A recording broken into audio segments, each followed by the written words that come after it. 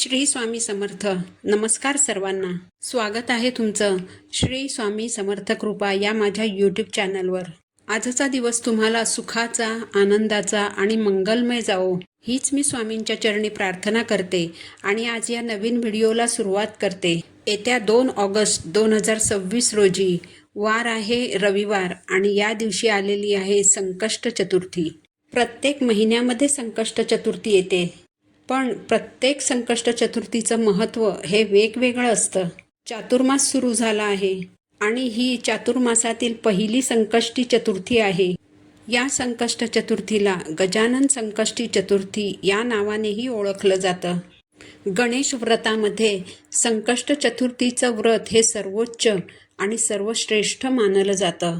गणपती बाप्पा हे प्रथम पूजनीय, बुद्धीची देवता आणि विघ्नहर्ता मानले जातात. गणपती बाप्पांना संकटातून मुक्त करणारे संकटमोचक आणि विघ्न दूर करणारे विघ्नहर्ता असं म्हटलं जातं. अडचणीच्या वेळी मार्ग दाखवणारा आणि अपार कृपा करणारा गणपती बाप्पा ही शीघ्र पावणारी देवता आहे. म्हणूनच संकष्टी चतुर्थीच्या निमित्ताने अडचणी, संकट, समस्येतून बाहेर पडण्यासाठी या दिवशी काही प्रभावी उपाय आणि सेवा केल्या जातात. तर आज या व्हिडिओमध्ये मी तुम्हाला एक अतिशय प्रभावी असा तिळाचा उपाय सांगणार आहे. तर येत्या रविवारी संकष्टी चतुर्थी आहे. या संकष्टी चतुर्थीला तुम्ही उपवास केला नाही तरीही चालेल, पण तिळाचा हा अत्यंत प्रभावी उपाय नक्की करा. हा उपाय केल्याने साक्षात श्री गणेशाचे आशीर्वाद तुम्हाला प्राप्त होतील आणि तुमचे घर हे सुखसंपत्तीने भरून जाईल. तर असा हा तिळाचा उपाय कसा करायचा आहे, कोणत्या वेळेत करायचा आहे, याबद्दलची संपूर्ण माहिती आज या व्हिडिओमध्ये मी तुम्हाला सांगणार आहे. यासाठी तुम्ही व्हिडिओ शेवटपर्यंत ऐका.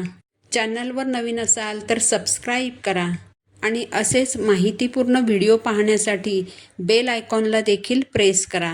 तर येत्या रविवारी जी संकष्ट चतुर्थी आलेली आहे, ही चातुर्मासातील पहिलीच संकष्ट चतुर्थी आहे आणि म्हणून या दिवशी केलेले उपाय हे अतिशय प्रभावी ठरत असतात.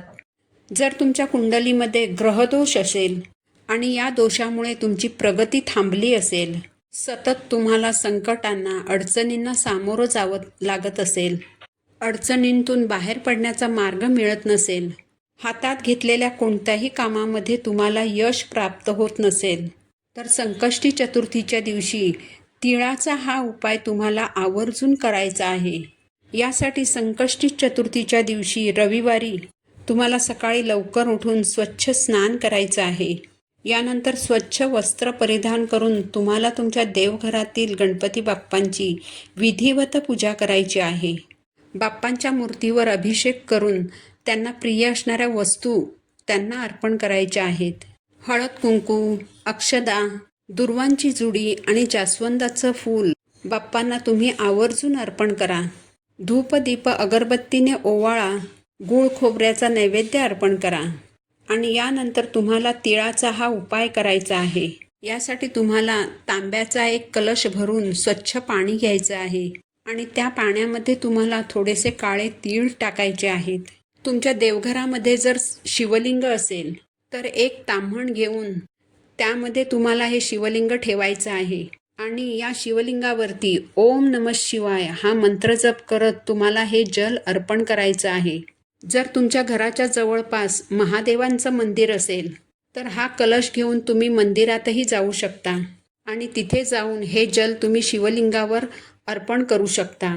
भगवान शिवशंकर हे गणपती बाप्पांचे पिताश्री आहेत आणि जी व्यक्ती चतुर्थीच्या दिवशी अगदी भक्तिभावाने शिवलिंगावरती जल अर्पण करते त्या व्यक्तीवर श्री गणेश प्रसन्न होतात आणि त्या व्यक्तीच्या आयुष्यामध्ये जी काही संकट, समस्या, अडचणी सुरू असतात तर त्यातून बाहेर पडण्याचा मार्ग बाप्पा त्यांना दाखवतात.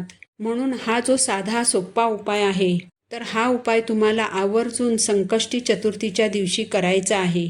याचबरोबर जर तुमच्या घरामध्ये सतत वादविवाद होत असतील, भांडणं होत असतील, मग ही भांडणे शेजाऱ्यांशी होत असतील किंवा घरातील सदस्यांशी होत असतील किंवा नवरा बायकोची भांडणे होत असतील किंवा कुटुंबामध्ये सतत वादविवाद होत असतील, घरामध्ये सुखशांती टिकत नसेल, घरातील वातावरणामध्ये सतत जर एक प्रकारची उदासीनता, अस्वस्थता जाणवत असेल, तर येत्या रविवारी संकष्टी चतुर्थीच्या दिवशी तुम्हाला श्री गणेशाची विधिवत पूजा करायची आहे.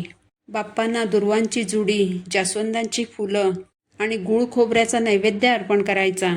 धूपदीपाने ओवाळायचं आणि यानंतर तुमच्या उजव्या हाताच्या तळहातावर थोडेसे काळे तीळ घ्यायचे आहेत.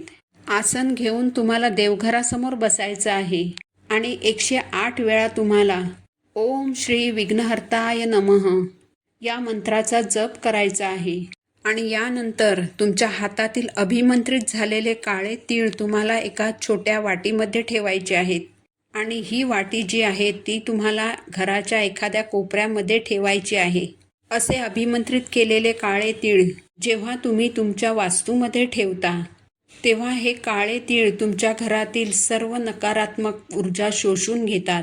यामुळे घरातील नकारात्मक ऊर्जा नाहीशी होऊन त्या ठिकाणी सकारात्मक ऊर्जा प्रवाहित होते आणि हळूहळू घरामध्ये सुख, शांती, समृद्धी येऊ लागते.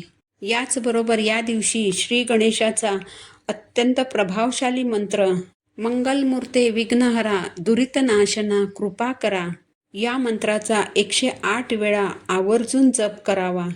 जी व्यक्ती अगदी श्रद्धेने आणि भक्तिभावाने ही सेवा करते त्या व्यक्तीवर गणपती बाप्पांची कृपादृष्टी होते आणि त्या व्यक्तीला सर्व दुःखांपासून मुक्ती मिळते. तर या अगदी साध्या सोप्या सेवा आहेत, ज्या तुम्ही संकष्टी चतुर्थीच्या दिवशी अगदी सहज करू शकता. तर तुमच्या कुटुंबाच्या सुखासाठी संकष्टी चतुर्थीच्या दिवशी हे उपाय तुम्ही आवर्जून करा. ही माहिती जर तुम्हाला उपयुक्त वाटली असेल तर व्हिडिओला एक लाईक नक्की द्या.